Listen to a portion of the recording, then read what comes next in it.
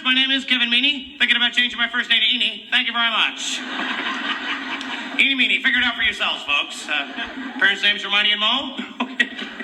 Have a gay brother by the name of Weenie Meany. And I have an Aunt Jeannie. She lives in the bottle. Good night, everybody. Thank you very much. I'm not getting off with the Eeny Meany jokes. What's wrong with you people? Are you insane? Thank you very much. My name is Kevin Meany. God, my eye! Gonna poke my eye out! I don't believe it. If my mother was here, that's what she'd be saying. You're doing that on purpose. Taking the microphone, poking your eye out. That's not right. You're like a crazy person. Getting on stage, poking your eye out. The other comedians aren't poking their eyes out. Why do you have to do things like that? Why do you do this to your father and I? You're like a mental case on stage. Taking the microphone, poking your eye out. You know, one of these days you are going to poke your eye out. One of your crazy comedian friends is going to put a needle in that microphone.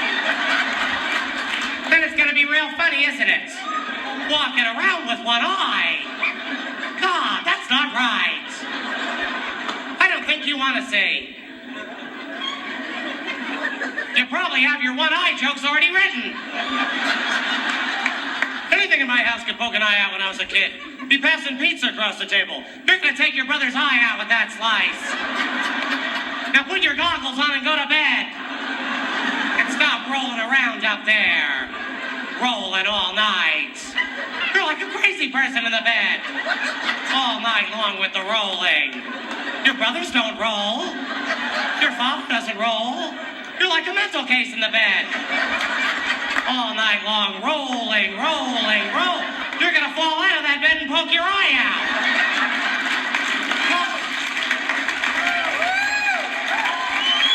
Hi, I just want to let you know there's an all-new season of Why do you applaud? He'll just continue if you keep applauding. Well, I've been working out. This is just shirt fat right here. It's really not me. I've been doing the Fonda workout, Peter Fonda workout. That's where I wake up in the morning, take a hit of acid. Smoke a joint, go over to my sister's house, ask her for money. And for you young people out there, I'm just talking about the drugs for the comedy, okay? I'm not saying go out and do drugs, but people do. They go out and they take drugs and they take crack, and they do things on crack. They go out and they go out and they go out to see shows. They come out and they come out to comedy shows on crack. What's wrong with you people? Coming to comedy shows on crack. I know you're up there smoking it, mister. All night long smoking crack in your room. That's not right. Up there with a big puss on your face. With the tight pants on. Rolling around in the bed on the crack. That's not right. You're gonna burn the house down. Speaking of burning the house down, my father was a fireman. Okay. They never wanted me to follow in his footsteps. They actually wanted me to be a singer. They did. They wanted me to be a Las Vegas singer. They told me I looked like Wayne Newton when I was a kid. They did. You know, you look just like that Wayne Newton. I don't look anything like Wayne Newton. You do too. Get upstairs to your room and put your tuxedo on and learn the words of Donkashane. I had the Wayne Newton lunchbox with the thermos and the portable microphone. My mother would come to my room late at night, paint a thin mustache above my upper lip. I'd be a good singer, though. I'd be like the Newt, you know? Singing everybody else's hits, you know? God, I can just imagine being in Las Vegas, just like the Newt, singing the hits.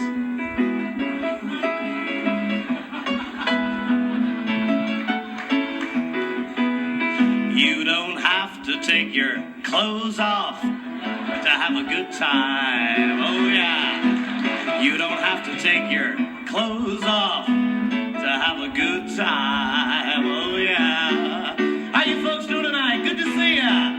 What's your name, ma'am? How are ya? Julie. Good to see ya.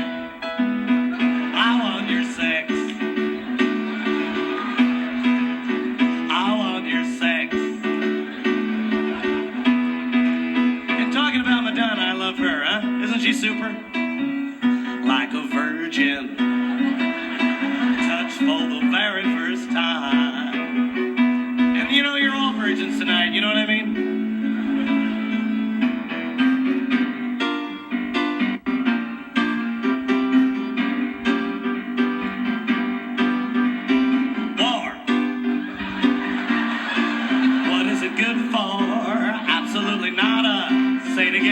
war,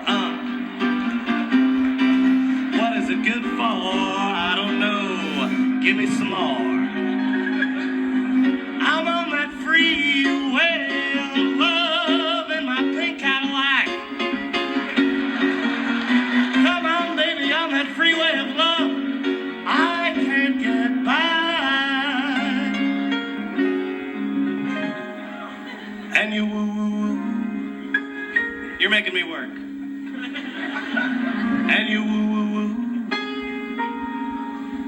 And you woo-woo. All night. And you woo. And you woo. Thank you, Eddie. And you woo. All night.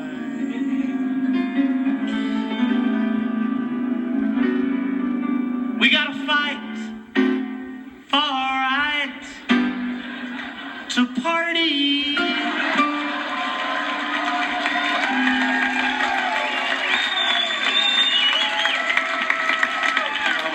you. How many people want to beat me up right now? That's what I want to know. Actually, I almost got beat up at Jack in the Box the other day. Went there, ordered myself a hamburger. The woman behind the counter asked me if I wanted any Jack sauce on it. I said, Jack sauce? Exactly what is the Jack sauce, ma'am? She tells me it's secret. I said, you can hold that Jack sauce. No thanks. Some guy comes out of the back. I make the Jack sauce. Why do you do things like that? Making Jack sauce. That's not right. One way or another, you are going to lose your eyesight. You're like a crazy person back there in the heat making Jack sauce. Sorry, I had a little phlegm there. Excuse me. I like to go to nice restaurants, though. Restaurants where I can bring a woman, you know. Nothing wrong with that. I know what to talk about, too, when I go to a restaurant, because I was in the food services industry, you know. I know what to talk about: the plate presentation, the beverages, you know, and the hot plate problem. You know what I'm talking about there, don't you? The waiter will always come up to you. That's a hot plate, sir. Hot plate, ma'am. As soon as the waiter leaves the table, your hands go directly to the plate. You hear people all throughout the restaurant. All these waiters are wearing these big oven mitts on their hands, you know. There's always that one waiter that doesn't wear them, you know. How come you don't wear them? Because I'm not from this planet. Why do you go to these restaurants? Crazy restaurants with hot plates. Tables bursting into flames. Places where you can smell the skin burning. That's not right. 10 feet above her head. She can dust the ceiling with this thing. It's so big. I'll get that for you, darling. Always wrapping her hair in toilet paper, you know, protecting it from dust. There's so many toilet paper in the bathroom. Mom, could you stand there and spin, please? My Aunt Mary has the big beehive in the family because she's the oldest, you know. The older the meany, the bigger the hive, you know that. She's in her 80s now. She freezes food. Old people like to freeze food. I go over to her house, she's always trying to feed me. Kevin, would you like a piece of pie? I'd love to have a piece of pie, thanks. I'm right in the middle of it. You know, I put that pie in the freezer back in 1965. How many blackouts did that go through? She's still driving, too. In her 80s, she still drives. You know, I don't believe it. People are terrified of her in the neighborhood. Little kid, she comes into the cul-de-sac about 75 miles an hour. Kids scattering from one side of the road to the other. Ah! Here comes Aunt Mary! All you see on the front of her grill are like big wheels and tricycles just smashed up there. There's her car right back there. Look out, here comes Aunt Mary! All the kids are giving her the finger. All she does is wave. Hi, everybody! Starting to sweat now, so my moose is reactivating. I don't know if you realize that. Oh. My parents were crazy. They were always worried when we were kids when company would come over. My mother would always worry that we'd say the wrong thing, you know? Always. Okay, now listen, kids. Mr. Denty's coming over tonight. He's a good friend of your father's. He just got back from Sweden, and he had a sex change operation. I don't want any of you kids saying anything that he's a woman.